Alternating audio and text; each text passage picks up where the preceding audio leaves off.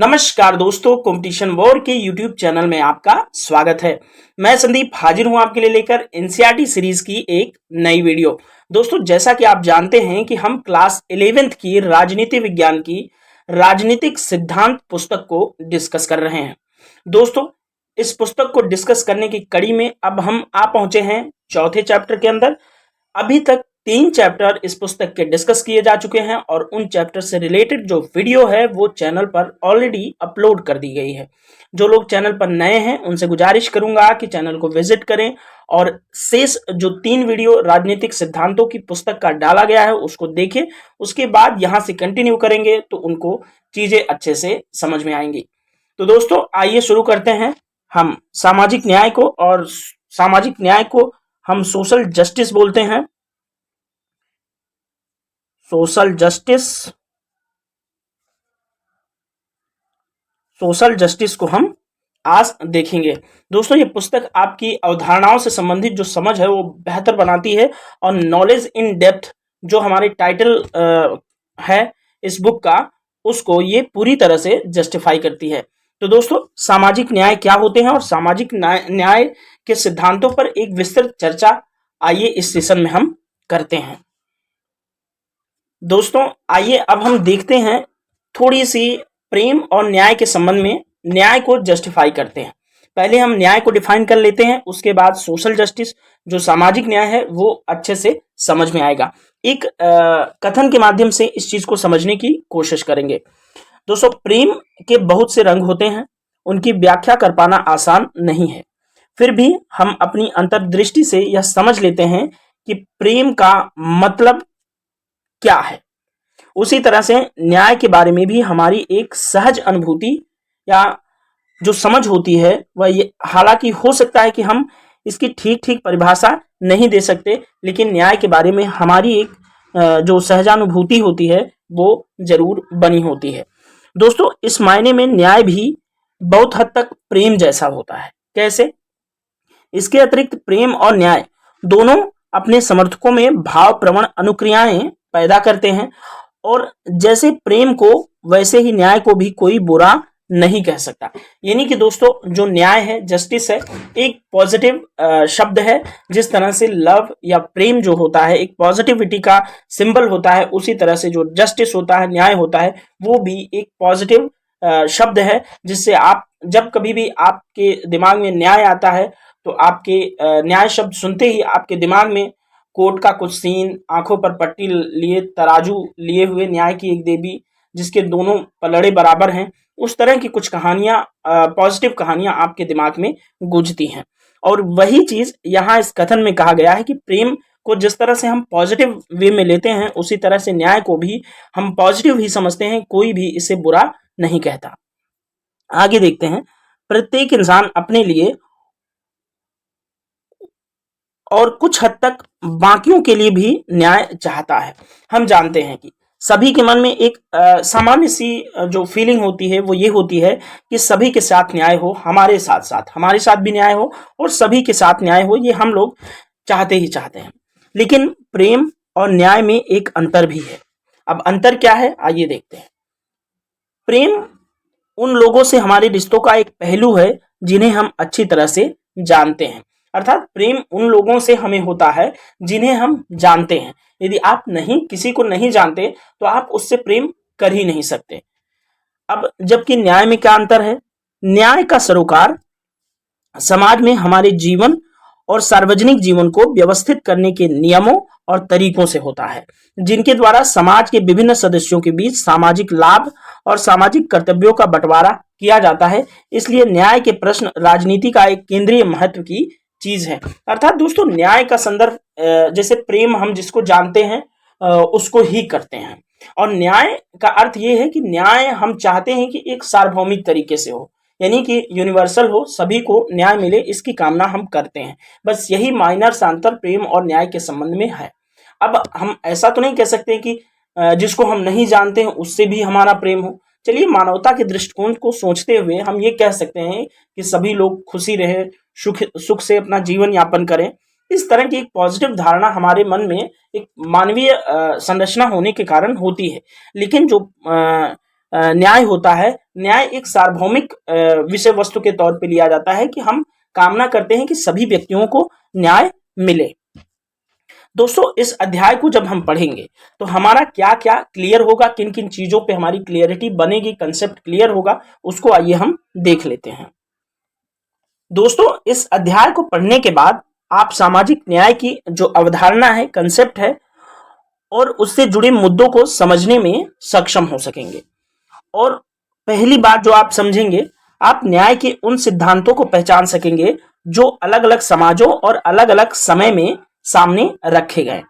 दूसरी बात, आप समझ पाएंगे कि वितरणात्मक न्याय का क्या अर्थ होता है। और साथ ही आप एक महत्वपूर्ण विचारक के बारे में जानेंगे, रॉल्स, जॉन रॉल्स के इस तर्क की चर्चा करेंगे कि निष्पक्ष और न्यायपरक समाज सभी सदस्यों के हित में होता है और इसे तार्किक आधार पर सिद्ध किया जा सकता है। अर्थात रॉल्स के जो न्याय का सिद्धांत है उसको भी हम जानेंगे। दोस्तों, रॉल्स 20वीं सदी के अमेरिका के विचारक थे और रॉल्स ने न्याय के संबंध में एक पुस्तक भी 1971 में लिखी, न्याय के सिद्धांत।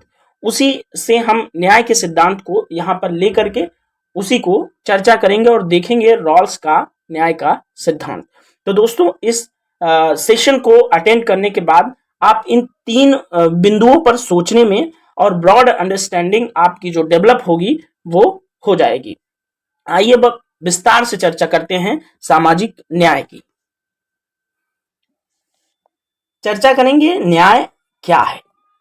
तमाम संस्कृतियों और परंपराओं को न्याय के प्रश्न से जूझना पड़ा है, भले ही उन्होंने इस अवधारणा की व्याख्या भिन्न भिन्न तरीके से की है। आपको समझ आ रहा होगा कि तमाम जो संस्कृतियां हैं, परंपराएं हैं, वो न्याय के प्रश्न से जरूर रूबरू हुई हैं, भले ही न्याय की अवधारणा उनके नजर में अलग अलग हो।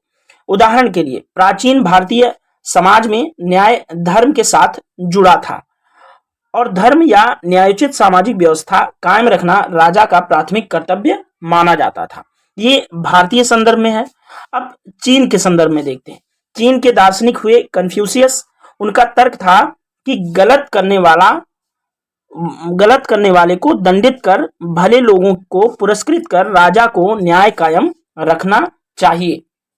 ईसा पूर्व 4वीं सदी के एथेंस यानी कि यूनान में प्लेटो एक दार्शनिक हुए यूनान में, एथेंस के। उन्होंने अपनी पुस्तक द रिपब्लिक में न्याय के मुद्दों पर चर्चा की।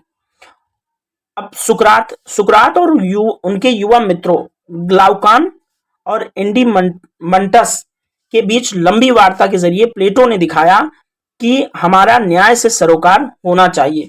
उन नौजवानों ने सुकरात से पूछा कि हमें न्याय संगत क्यों होना चाहिए।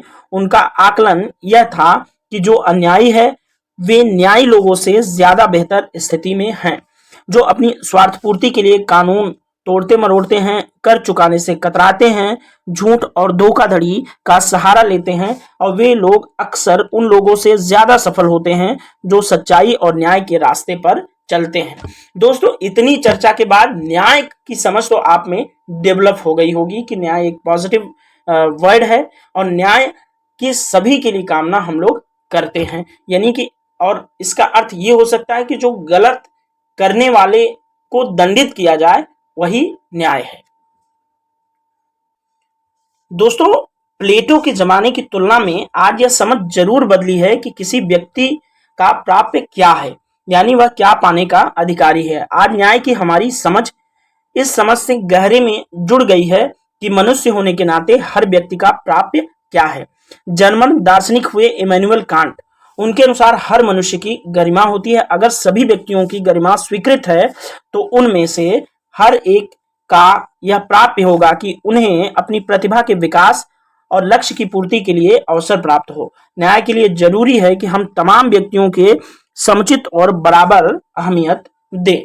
दोस्तों, इतनी चर्चा के बाद न्याय पूरी तरह से आपको समझ आ गया होगा। अब थोड़ा सा और आगे बढ़ते हैं इस क्षेत्र में। दोस्तों, चर्चा करते हैं समान लोगों के प्रति समान बर्ताव की। हालांकि आधुनिक समाज में तमाम लोगों को समान महत्व देने के बारे में आम सहमति है, लेकिन यह निर्णय करना आसान नहीं कि हर व्यक्ति को उसका प्राप्य कैसे दिया जाए, यानी कि हर व्यक्ति क्या डिजर्व करता है, इस चीज को कैसे डिसाइड किया जाए, इस बात की चर्चा की जा रही है। इस संबंध में कई सिद्धांत पेश किए गए। उनमें से एक है समकक्षों के साथ समान बर्ताव का।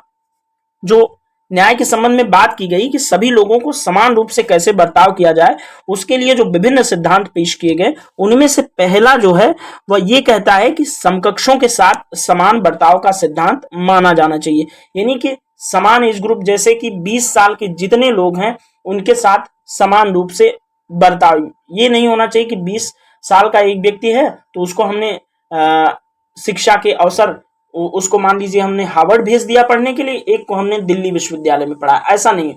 अगर हार्वर्ड जाना है तो दोनों हार्वर्ड जाएंगे, अगर दिल्ली विश्वविद्यालय में पढ़ना है तो दोनों दिल्ली विश्वविद्यालय में पढ़ेंगे। तो इस हिसाब से समकक्षों के साथ समान बर्ताव का सिद्धांत जो है अपनाया जाता है। आगे माना जाता है कि मनुष्य होने के नाते सभी व्यक्तियों में कुछ समान चारित्रिक विशेषताएं होती हैं, इसलिए वे समान अधिकार और समान बर्ताव के अधिकारी हैं। आज अधिकांश उदारवादी जनतंत्रों में कुछ महत्वपूर्ण अधिकार दिए गए हैं, जिनमें जीवन, स्वतंत्रता और संपत्ति के अधिकार जैसे नागरिक अधिकार शामिल हैं। इसमें समाज के अन्य सदस्यों के साथ समान अवसरों के उपभोग करने का सामाजिक अधिकार और मानवाधिकार जैसे राजनीतिक अधिकार भी शामिल हैं। ये अधिकार व्यक्तियों को राज प्रक्रियाओं का भागीदार बनाते हैं। तो दोस्तों, समान लोगों के प्रति जो समान बर्ताव है उसकी बात आपको समझ आ गई होगी। आइए और आगे चलते हैं। अब दोस्तों, समान अधिकारों के अलावा समकक्षों के साथ क्या होना चाहिए? समान बर्ताव के सिद्धांत के लिए जरूरी है कि लोगों के साथ वर्ग, जाति, नस्ल, लिंग के आधार पर भेदभाव न किया जाए, जो कि भारतीय संविधान के अनुच्छेद 15 में ये बात कही गई है। उन्हें उनके काम और कार्यकलाप के आधार पर जांचा जाना चाहिए, इस आधार पर नहीं कि वे किसी समुदाय के सदस्य हैं। ये दूसरी बात है, आप समझिए। पहली बात तो थी कि समान व्यक्तियों को समान न्याय, और दूसरी बात है कि ऐसे लोगों को वरीयता नहीं दी जानी चाहिए कि वो किसी विशेष कम्युनिटी से बिलोंग करते हैं। इसलिए अगर भिन्न जातियों के दो व्यक्ति एक ही काम करते हैं, चाहे वह पत्थर तोड़ने का काम हो या पिज्जा बांटने का, उन्हें समान पारिश्रमिक मिलना चाहिए। यदि किसी काम के लिए एक व्यक्ति को 100 रुपए और दूसरे व्यक्ति को 75 रुपए सिर्फ इसलिए मिलते हैं क्योंकि वे भिन्न जाति के हैं, तो यह अनुचित और अन्यायपूर्ण होगा। इसी तरह यदि स्कूल में पुरुष शिक्षक को महिला शिक्षक से ज्यादा वेतन मिलता है तो यह फर्क भी नाजायज और गलत होगा। आई होप आपको दोनों फर्क समानता के संबंध में समझ में आ गया होगा। कुल मिला के ये जो बातचीत है वो इक्वलिटी के बेस पर बातचीत की जा रही है। आगे बढ़ते हैं, देखते हैं समानुपातिक न्याय। समानुपातिक न्याय बहरहाल समान बर्ताव न्याय का एकमात्र सिद्धांत नहीं है। ऐसी परिस्थितियां हो सकती हैं जिसमें हम महसूस करें कि हर एक के साथ समान बर्ताव करना अन्याय होगा। ये थोड़ा और आगे हम न्याय के संबंध में बढ़ चुके हैं, देखेंगे कि इसमें कहा जा रहा है कि कई बार ऐसी परिस्थितियां हो सकती हैं जिसमें हम महसूस करें कि हर एक के साथ समान बर्ताव करना अन्याय होगा।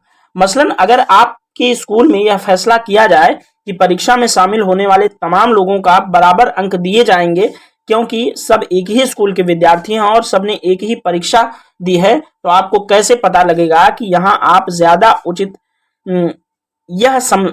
उचित समझेंगे कि छात्रों को उनकी योग्यता के अनुसार ट्रीटमेंट मिला कि नहीं।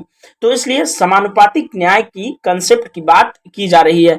अर्थात दोस्तों, हर परिस्थिति में सभी व्यक्ति को इक्वल ट्रीटमेंट नहीं किया जा सकता। जैसे अगर आप रेलवे के टिकट को कभी रिजर्वेशन कराए हैं तो आप देखे होंगे कि जो बुजुर्ग व्यक्ति हैं उनका किराए में कुछ छूट दी जाती है। अर्थात विशेष परिस्थिति वहां पर लग गई क्योंकि वो बुजुर्ग हैं, तो इसलिए उनको किराए के अंदर विशेष छूट प्रदान की जा रही है। आई होप समानुपातिक न्याय की बात इस उदाहरण से आपको समझ आ गई होगी। थोड़ा सा और आगे देखते हैं। यदि इसी को दूसरे शब्दों में देखें तो सबके लिए समान अधिकार की दौड़ में एक ही शुरुआती रेखा निर्धारित करने के बावजूद ऐसे मामलों में न्याय का मतलब होगा कि लोगों को उनके प्रयास के पैमाने और अर्हता के अनुपात में पुरस्कृत करना। अधिकांश लोग सहमत होंगे कि यूं तो लोगों को समान काम का समान दाम मिलना चाहिए, लेकिन किसी काम के लिए वांछित मेहनत कौशल, संभावित खतरे आदि कारकों को ध्यान में रखते हुए अलग अलग काम के लिए अलग अलग पारिश्रमिक का निर्धारण उचित और न्याय संगत होगा। यहाँ पर विशेष परिस्थितियों में ट्रीटमेंट किया जा रहा है और विशेष परिस्थितियों की बात की जा रही, ये आप लोग समझते चलना। आगे देखते हैं कि अगर हम इन मानदंडों का इस्तेमाल करें तो हम पाएंगे कि हमारे समाज में कुछ कामगार तबकों को ऐसे कारकों के मद्देनजर निर्धारित पारिश्रमिक नहीं मिलता।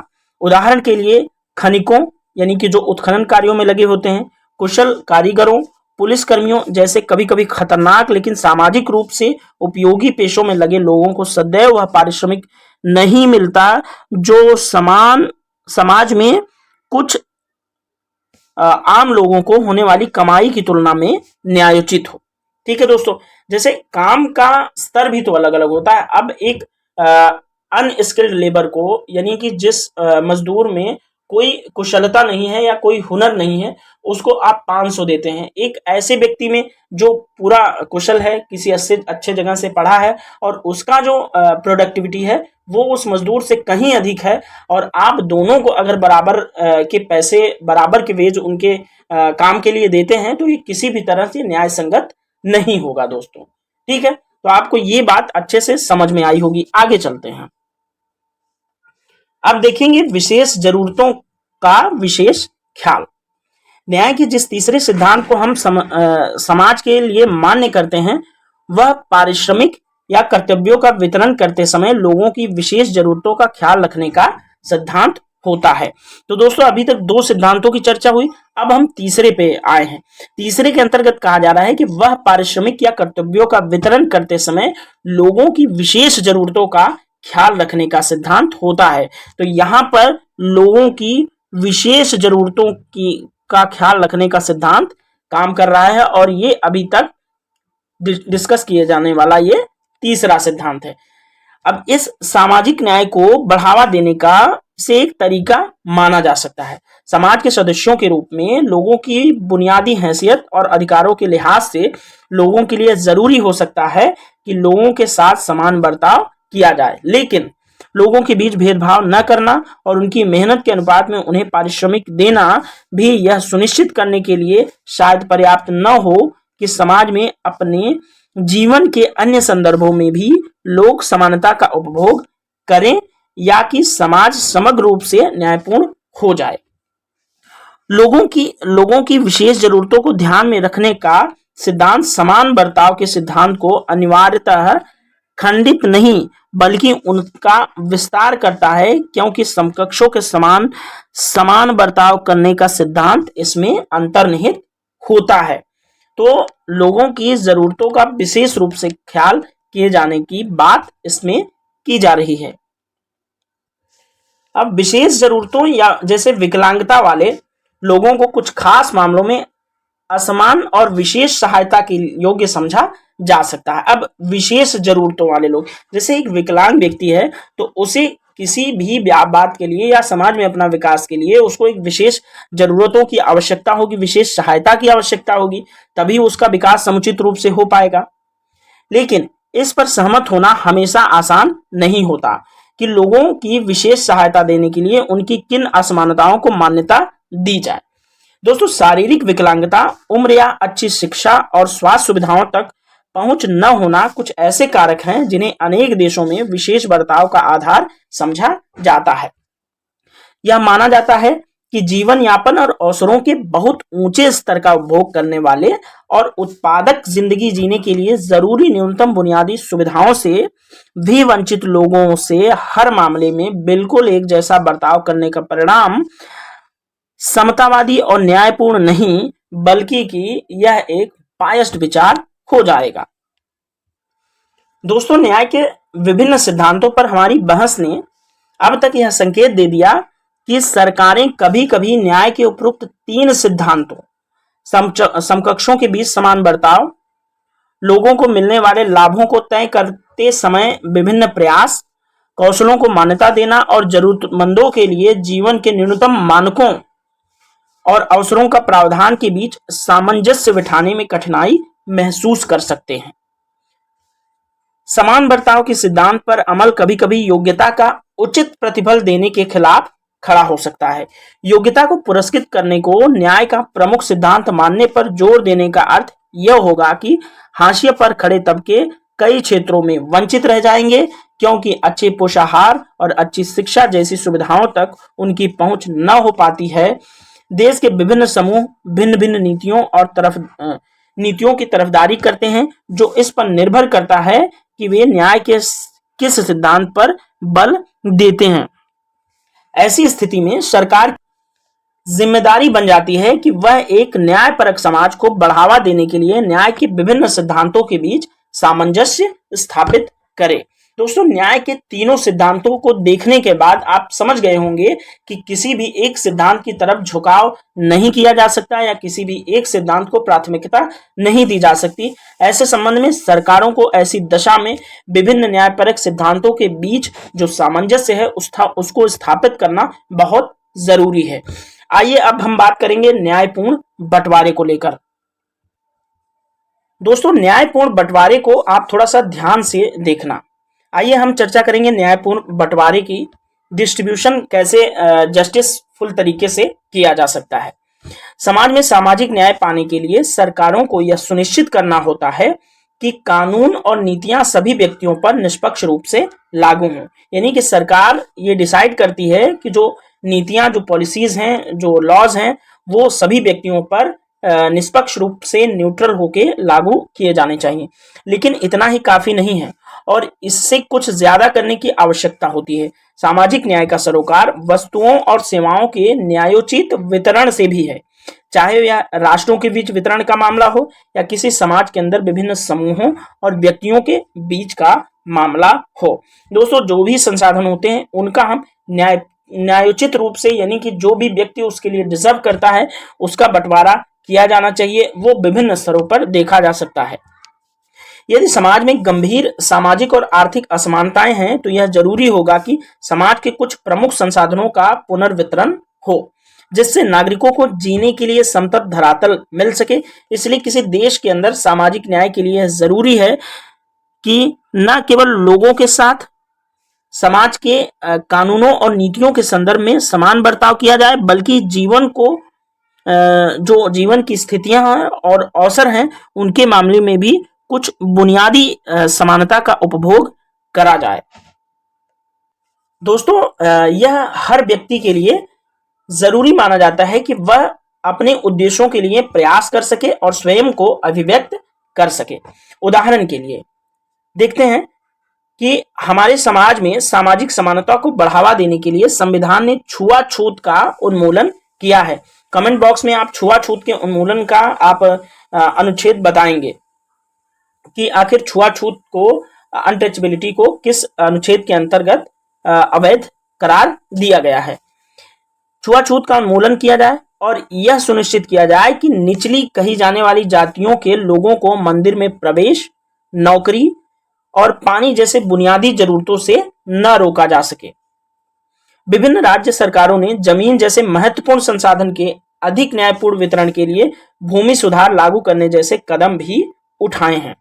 अब दोस्तों, सवाल खड़ा होता है कि समाज में न्याय की स्थापना से जुड़े कुछ सवाल हैं कि क्या संसाधनों का वितरण और शिक्षा, नौकरियों तक समान पहुंच सुनिश्चित किया जाए? यदि हाँ, तो वो कैसे? दोस्तों, ऐसे मामलों में मत भिन्नता समाज में उग्र भावावेश पैदा करती है और कभी कभी हिंसा को भी भड़का देती है। लोग मानने लगते हैं कि उनके और उनके परिवारों का भविष्य दांव पर लग जाएगा। हमें क्रोध और हिंसा के ऐसे भी मामले याद हैं जो कभी हमारे देश के शैक्षणिक संस्थानों में या सरकारी नौकरियों में सीट आरक्षण के प्रस्तावों से फूटते रहे हैं। बहरहाल, राजनीतिक सिद्धांत के विद्यार्थी होने के नाते न्याय के सिद्धांत की अपनी समझदारी के आलोक में हमें ठंडे दिमाग से इन मुद्दों की जांच परख करने में समर्थ होना चाहिए। दोस्तों, अगर हम ये पॉलिटिकल चीजों को समझते हैं या उसको पढ़ने के इच्छुक हैं या विद्यार्थी हैं, तो हमें न्याय के सिद्धांत की जो समझदारी है उसके लिए हमें अपने दिमाग को कूल ठंडा करके उन सभी मुद्दों को परखना चाहिए। उसके बाद किसी भी चीज के लिए हमें रिएक्ट करना चाहिए। क्या वंचितों की सहायता की योजनाएं न्याय सिद्धांत की कसौटी पर खरी माना जा सकती हैं? अगले खंड में हम सुप्रसिद्ध राजनीतिक दार्शनिक रॉल्स द्वारा प्रस्तुत न्यायोचित वितरण के सिद्धांत पर चर्चा करेंगे। यानी कि दोस्तों अब हमारी बारी है रॉल्स के न्याय सिद्धांत के बारे में। दोस्तों रॉल्स ने तर्क दिया कि समाज के न्यूनतम सुविधा प्राप्त सदस्यों को सहायता देने की जरूरत स्वीकार करने के लिए बेशक न्याय युक्ति संगत औचित्य हो सकता है। दोस्तों अब इंतजार किस बात का, अब आ गया है हमारे लिए रॉल्स का न्याय का सिद्धांत। और रॉल्स के न्याय के सिद्धांत को हम आइए अच्छे तरीके से समझते हैं। रॉल्स के न्याय सिद्धांत को ध्यान से समझिएगा, बड़ा अच्छा, बहुत ही इंटरेस्टिंग है रॉल्स का न्याय का सिद्धांत। आइए देखते हैं। यदि लोगों को कहा जाए कि आप अपने रहने के किस किस्म का समाज चुनना पसंद करेंगे, तो संभवतः वे ऐसा समाज चुनेंगे जिसके नियम और संगठन उन्हें विशेष सुविधा संपन्न स्थान मुहैया करा सके। इस लाइन को आप अच्छे से समझना। यदि आपको कहा जाए कि आप कैसे समाज में रहना पसंद करेंगे, तो आप सबसे पहले अपने आप को केंद्र में रखकर सोचेंगे कि मुझे किस तरह के समाज में रहना पसंद है। उसी तरह से आप ऐसे समाज में रहना पसंद करेंगे जिसके नियम और संगठन उन्हें विशेष सुविधा संपन्न स्थान मुहैया कराते हैं। आप कोशिश करेंगे कि हम एक ऐसे समाज में रहें जहां हमारे विकास की समुचित स्थितियां प्राप्त हों। हम सब लोगों से अपेक्षा नहीं कर सकते कि वे अपने निजी हितों को दरकिनार कर समाज की भलाई के बारे में सोचेंगे, खासकर तब जब उन्हें यह यकीन हो कि उनका फैसला भविष्य में उनके बच्चों को मिलने वाली जिंदगी और मौकों को प्रभावित करने जा रहा है। वस्तुतः हम माता पिता से यह आशा करते हैं कि वे अपने बच्चों के लिए सबसे अच्छा क्या है इसके बारे में सोचें और सहयोग दें। लेकिन ऐसे परिदृश्य किसी समाज के लिए न्याय के सिद्धांत की बुनियाद का निर्माण नहीं कर सकते। तो हमें ऐसे निर्णय पर कैसे पहुंचे जो निष्पक्ष हो और न्याय संगत हो। दोस्तों आपसे यहां पर एक सवाल पूछ लिया गया कि मान लीजिए आपके रहने के लिए कोई परिस्थितियां चाहिए, तो आप किस समाज में रहना चाहेंगे। तो बेशक हम सभी ये बात चुनेंगे कि हम एक ऐसे समाज में रहना चाहेंगे जहां हमारे विकास के लिए, हमारे आगे बढ़ने के लिए, हमारी वृद्धि के लिए एक अनुकूल माहौल, अनुकूल वातावरण हो। ये देखते हैं कि जॉन रॉल्स ने इस प्रश्न का उत्तर किस प्रकार दिया। दोस्तों रॉल्स तर्क करते हैं कि निष्पक्ष और न्यायसंगत नियम तक पहुंचने का एकमात्र रास्ता यही है कि हम खुद को ऐसी परिस्थितियों में होने की कल्पना करें जहां हमें यह निर्णय लेना है कि समाज को कैसे संगठित किया जाए।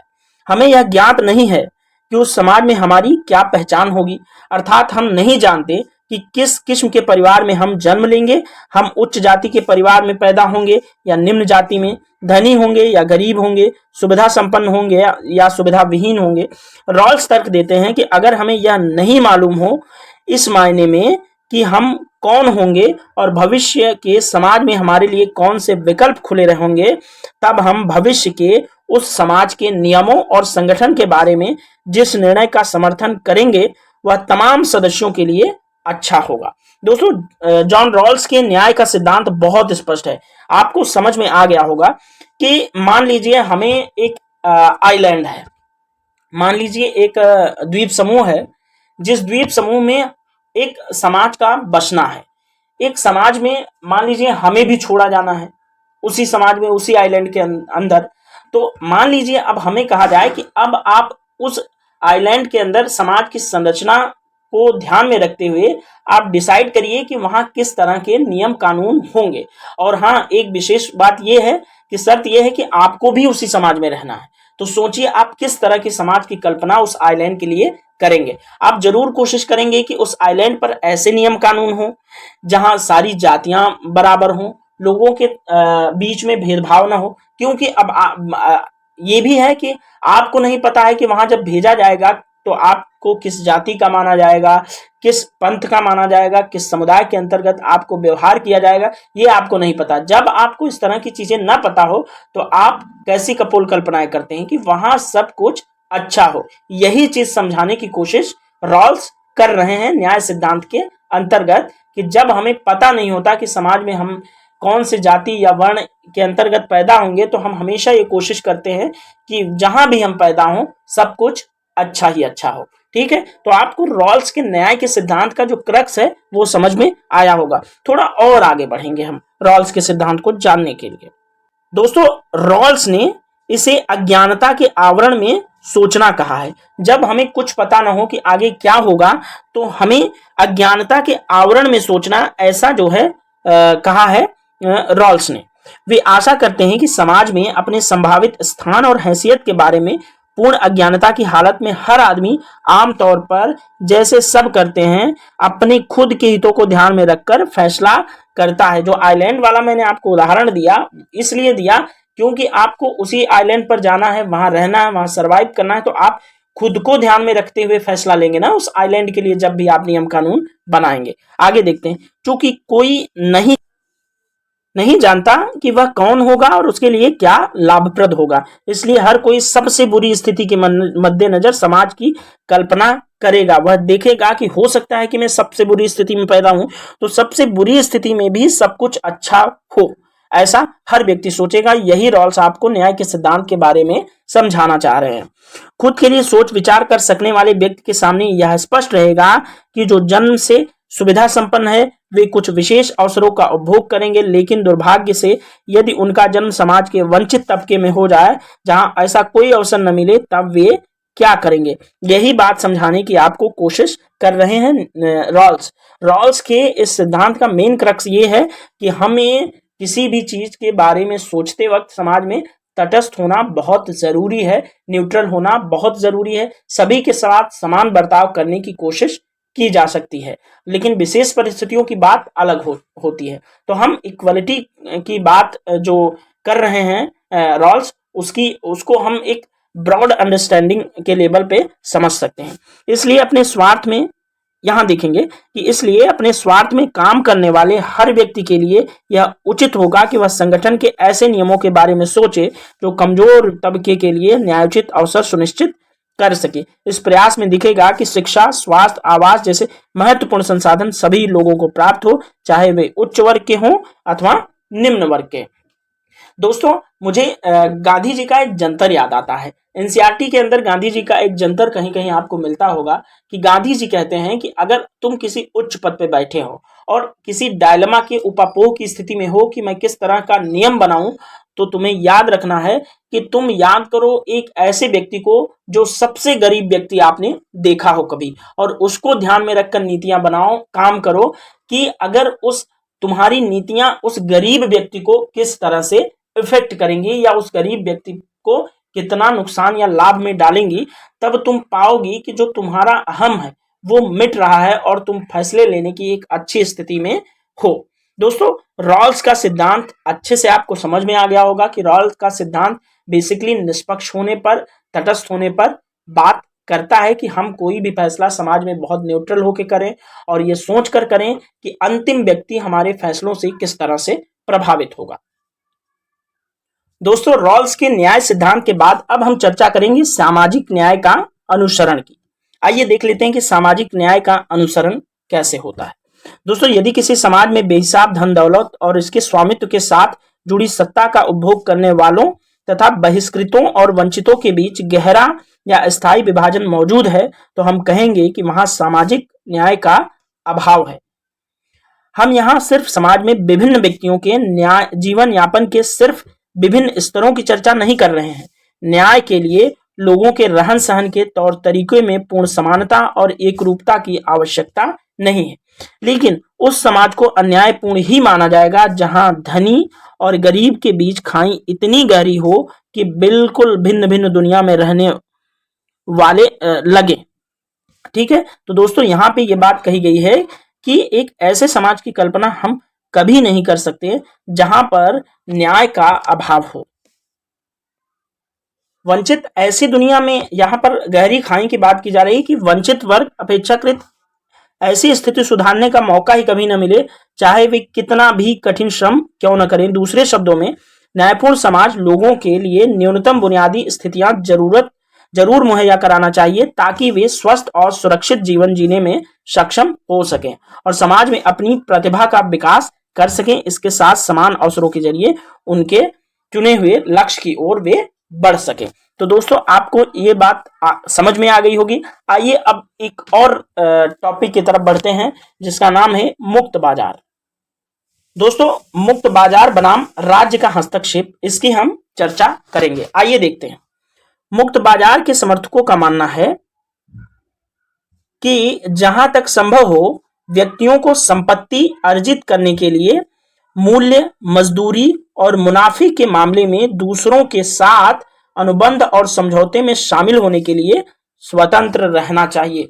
मुक्त बाजार आपको अभी समझ में आ गया होगा, और नहीं आया तो थोड़ा सा और आगे बढ़ेंगे तो और अच्छे से क्लियर होगा। उसके पहले थोड़ा सा हम बाबा साहब डॉक्टर भीमराव अंबेडकर, जो हमारे देश के संविधान के निर्माता हैं, उनका एक कथन न्यायपूर्ण समाज के बारे में देख लेते हैं। बाबा साहब अंबेडकर कहते हैं कि न्यायपूर्ण समाज वह है जिसमें परस्पर सम्मान की बढ़ती हुई भावना और अपमान की घटती हुई भावना मिलकर एक करुणा से भरे समाज का निर्माण करे। आगे कहते हैं कि उन्हें लाभ की अधिकतम मात्रा हासिल करने हेतु एक दूसरे के साथ प्रतिद्वंदिता करने की छूट होनी चाहिए। यह मुक्त बाजार का एक सरल चित्रण है। आपको समझ में आ गया हो कि मुक्त बाजार एक ऐसी व्यवस्था है जहां प्रतिद्वंदिता को बढ़ावा देने की बात की जा सकती है। जैसे कि हम पूंजीवादी अर्थव्यवस्था के डेफिनेशन को जब हम समझेंगे तो उसमें कहा जाता है कि पूंजीवादी अर्थव्यवस्था में क्या होता है कि चीजों पर सरकार का जो नियंत्रण होता है वो बहुत कम होता है, और प्राइवेट सेक्टर को, निजी क्षेत्रों को बढ़ने का, प्रतिद्वंदिता करने का अवसर समान रूप से मिलता है। उसको हम दोस्तों एक मुक्त बाजार वाला समाज कहते हैं, जहां पर प्रतिद्वंदिता की छूट मिलती है। मुक्त बाजार के समर्थक मानते हैं कि अगर बाजारों को राज्य के हस्तक्षेप से मुक्त कर दिया जाए तो बाजारी कारोबार का योग कुल मिलाकर समाज में लाभ, कर्तव्यों का न्यायपूर्ण वितरण सुनिश्चित कर देगा।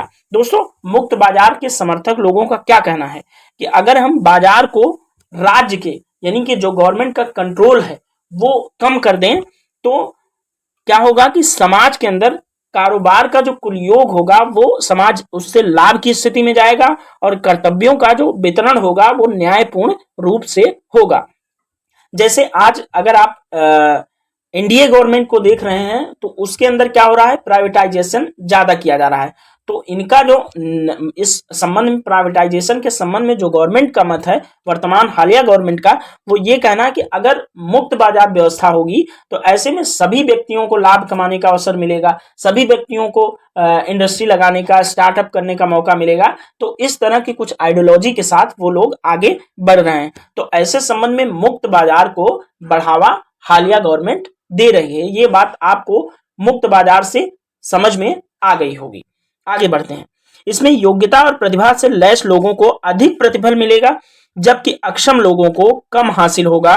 उनकी मान्यता है कि बाजारी वितरण का जो भी परिणाम हो वह न्याय संगत होगा। दोस्तों, आप इस चर्चा से कम मुक्त व्यापार और प्राइवेटाइजेशन, या जो भी इस समय इंडिया में माहौल इस संबंध में बनाया जा रहा है या जो व्याप्त है, वो आप समझ में आ गया होगा। लेकिन दोस्तों, जो ज्यादा योग्य होगा, जो ज्यादा प्रतिभा संपन्न होगा, वही तो इस प्रतिस्पर्धा में आगे आएगा। लेकिन हमारे समाज का आप जानते हैं कि हम एक विकासशील देश है, विकसित देश नहीं है कि सबको शिक्षा, स्वास्थ्य या हर तरह की सुरक्षा प्राप्त है, या हर व्यक्ति का जो बौद्धिक स्तर है सेम हो गया है, या फिर उसके आसपास है। दोस्तों, यहाँ पर तो हम एक ऐसे समाज में रहते हैं जहां पर जमीन आसमान का भी अंतर लोगों के अंदर है। समाज में अभी, हमारे समाज में शिक्षा, स्वास्थ्य को लेकर बहुत ज्यादा असमानता, छुआछूत या जातिवाद जैसी बुराई आज भी हमारे समाज में व्याप्त है। और ये कहना बिल्कुल ही उचित होगा कि हमारे समाज में आज भी जातिवाद, धर्म, संप्रदाय कितना ज्यादा हावी है, और इन सब चीजों को देखकर ही लोगों को समाज में आगे बढ़ाने या बढ़ने का अवसर दिया जाता है। तो दोस्तों, हमारे जैसे विकासशील देश में मुक्त व्यापार जैसी व्यवस्था को लागू करना, या न्यायपूर्ण जो प्राइवेटाइजेशन है, निजीकरण है, इस तरह की चीजें उतने हद तक सफल नहीं होंगी। इसमें सिर्फ उन लोगों के बीच प्रतिस्पर्धा होगी जो बहुत ज्यादा प्रतिभा संपन्न है, जो बहुत ज्यादा स्किल्ड है, न कि उन लोगों का जो समाज के जो लाभ से अभी बहुत ज्यादा वंचित है। दोस्तों, ये याद रखना है आपको कि दिल्ली में सिर्फ भारत नहीं है, भारत ग्रामीण क्षेत्रों में बसता है। भारत की सिर्फ 31% आबादी, अगर 2011 की जनगणना की बात करें तो सिर्फ 31% आबादी ही नगरीय आबादी है भारत की। 31 या 33 ऐसे कुछ परसेंटेज है, एग्जैक्टली मुझे याद नहीं है, लेकिन हाँ है इन्हीं दोनों में से कोई। तो 31% सिर्फ आबादी को ध्यान में रखते हुए किसी भी देश की सर्वोच्च सत्ता कोई भी नियम कानून नहीं डिसाइड करती। बाकी जो 69% लोग जो वहां पड़े हैं उनका क्या होगा, उस चीज को भी आप कभी ध्यान में रखो, क्योंकि भारत दोस्तों आज भी गांव में ही बसता है। हमारा नगरीकरण भले तेजी से बढ़ रहा है, लेकिन जो ग्रामीण भारत है वो ज्यादा स्ट्रेंथ रखता है जनसंख्या के मामले में। तो उस तरह से हमारे यहाँ एक बैलेंस बनाने की नीतियों में जरूरत है। इसीलिए हमारे स्वतंत्रता के समय जो हमारे न्यायविद थे उन्होंने भारत में समाजवादी और पूंजीवादी अर्थव्यवस्था को मिक्स करके अपनाया। जो हमारी अर्थव्यवस्था का जो मॉडल अपनाया गया वो मिक्स्ड इकोनॉमी का अपनाया गया, न कि पूंजीवाद या समाजवाद का। तो इसलिए हम किसी भी एक विचारधारा की तरफ आगे नहीं बढ़ सकते, हमारा वो फ्रेमवर्क या ढांचा ही ऐसा नहीं है। फिलहाल आगे बढ़ते हैं मुक्त बाजार के संबंध में। हालांकि मुक्त बाजार के सभी समर्थक आज पूर्णतया अप्रतिबंधित बाजार का समर्थन नहीं करेंगे। कई लोग अब कुछ प्रतिबंध स्वीकार करने को तैयार हो गए हैं। मसलन सभी लोगों के लिए न्यूनतम बुनियादी जीवन मानक सुनिश्चित करने हेतु राज्य हस्तक्षेप करे। अब जो मुक्त बाजार के समर्थक लोग हैं अब कुछ प्रतिबंध स्वीकार करने लगे हैं। वो क्या कहते हैं कि राज्य हस्तक्षेप करे ताकि वे समान शर्तों पर प्रतिस्पर्धा करने में समर्थ हो सके। लेकिन वे तर्क कर सकते हैं कि यहाँ भी स्वास्थ्य सेवा, शिक्षा ऐसी अन्य सेवाओं के विकास के लिए बाजार की अनुमति देना ही लोगों के लिए इन बुनियादी सेवाओं की आपूर्ति करने का सबसे कारगर तरीका हो सकता है। दूसरे शब्दों में ऐसी सेवाएं मुहैया कराने के लिए निजी एजेंसियों को प्रोत्साहित किया जाना चाहिए, जबकि राज्य की नीतियां इन सेवाओं को खरीदने के लिए लोगों को सशक्त बनाने की कोशिश करें। राज्य के लिए यह भी जरूरी हो सकता है कि वह उन वृद्धों और रोगियों का विशेष सहायता प्रदान करे जो प्रतिस्पर्धा नहीं कर सकते। ये बात आपको समझ लेनी चाहिए कि राज्य के संबंध में अब राज्य को हमेशा एक जिम्मेदाराना व्यवहार करना चाहिए। राज्य मतलब स्टेट, स्टेट मतलब क्या होता है, देश की गवर्नमेंट। लेकिन इसके आगे राज्य की भूमि का ढांचा जो है बरकरार रखने तक सीमित नहीं रखना चाहिए, जिससे व्यक्ति के भी जरूरी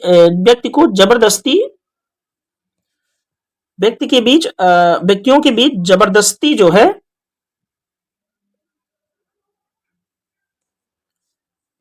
इनका कहना है कि उनका मानना है कि मुक्त बाजार उचित और न्यायपूर्ण समाज का आधार होता है। कहा जाता है कि बाजार किसी व्यक्ति की जाति या धर्म की परवाह नहीं करता, वह यह भी नहीं देखता कि आप मर्द हैं या औरत, वह इन सबसे निरपेक्ष रहता है और उसका सरोकार आपकी प्रतिभा और कौशल से है। अगर आपके पास योग्यता है तो बाकी सब बातें बेमानी है। मुक्त बाजार यही कहता है दोस्तों। मुक्त बाजार के संबंध में जो भी चर्चा हुई आपको बहुत अच्छे से समझ में आई होगी, और थोड़ा सा छोटी सी चर्चा और देख लेते हैं, फिर इस चैप्टर का समापन करेंगे। दोस्तों, लोकतांत्रिक समाज में वितरण और न्याय के मुद्दों पर असहमतियां अपरिहार्य हैं और फायदेमंद भी, क्योंकि वे हमें विभिन्न दृष्टिकोणों की जांच परख करने और विवेक सम्मत ढंग से अपने विचारों का बचाव करने को बाध्य करती हैं।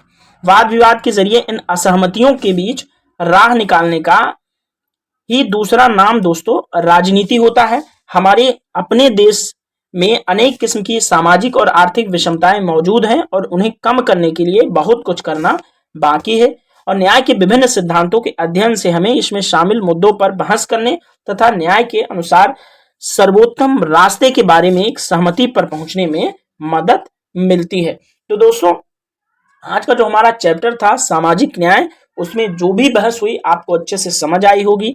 राज्य मुक्त बाजार बनाम राज्य का हस्तक्षेप भी समझ में आया होगा कि राज्य को हस्तक्षेप करना क्यों चाहिए, जिससे समाज में अनियंत्रित चीजें ना हो जाएं, चीजें कंट्रोल में रहे, क्योंकि स्टेट बनाया ही इसलिए जाता है कि चीजों पर उचित यानी कि युक्त प्रतिबंध लगाया जा सके। दोस्तों, अंत में जेएस मिल के एक विचार से हम क्लास का समापन करेंगे, और जेएस मिल का विचार देख लेते हैं न्याय के संबंध में। दोस्तों, जेएस मिल ने कहा कि न्याय में ऐसा कुछ अंतर्निहित है जिसे करना न सिर्फ सही है और न सिर्फ करना सिर्फ गलत, बल्कि जिस पर बतौर अपने नैतिक अधिकार कोई व्यक्ति विशेष इसमें दावा जता सकता है। ठीक है दोस्तों, तो इसी विचार जेएस मिल के विचार के साथ अब इस क्लास का यहीं पे समापन करेंगे। आई होप दोस्तों आपको रॉल्स का न्याय का सिद्धांत, सामाजिक न्याय और मुक्त बाजार बनाम राज्य का हस्तक्षेप अच्छे से समझ आया होगा और न्यायपूर्ण वितरण क्यों जरूरी है, क्यों किया जाना चाहिए, सभी व्यक्तियों को समाज में न्यायपूर्ण अधिकार मिलना चाहिए। ये सारी बातें जो डिस्कशन में हुई इस सेशन के अंदर, आई होप आपको अच्छी लगी होंगी और सब चैप्टर जो है आपको अच्छे से समझ में आया होगा। दोस्तों आज के सेशन में बस इतना ही, अब आगे मिलेंगे किसी और एनसीईआरटी के सेशन के साथ। दोस्तों अंत में ये अपील करना चाहूंगा आपसे कि जो हमारा टेलीग्राम चैनल का लिंक है वो डिस्क्रिप्शन में दिया हुआ है, जिसमें हम डेली करंट अफेयर्स जो द हिंदू की होती है उसको हम अपलोड करते हैं और पीडीएफ के फॉर्म में होती है, तो आपके पढ़ने के लिए, आपकी करंट अफेयर्स की तैयारी को एक धार देने के लिए बहुत ज़्यादा महत्वपूर्ण होती है। और द हिंदू जैसे न्यूज़पेपर का एक लिस्ट जो आपको इंग्लिश में लिखा होता है उसकी हिंदी प्राप्त हो जाती है, तो वो आपके लिए बहुत ज़्यादा लाभदायक होता है। तो दोस्तों टेलीग्राम चैनल को सब्सक्राइब करना ना भूलें और जो यूट्यूब चैनल है जिस पर ये वीडियो है उसको भी सब्सक्राइब कर दें, जिससे आपको इस पर अपलोड की जाने वाली सभी वीडियो का जो नोटिफिकेशन है वो सबसे पहले प्राप्त हो। Thank you so much.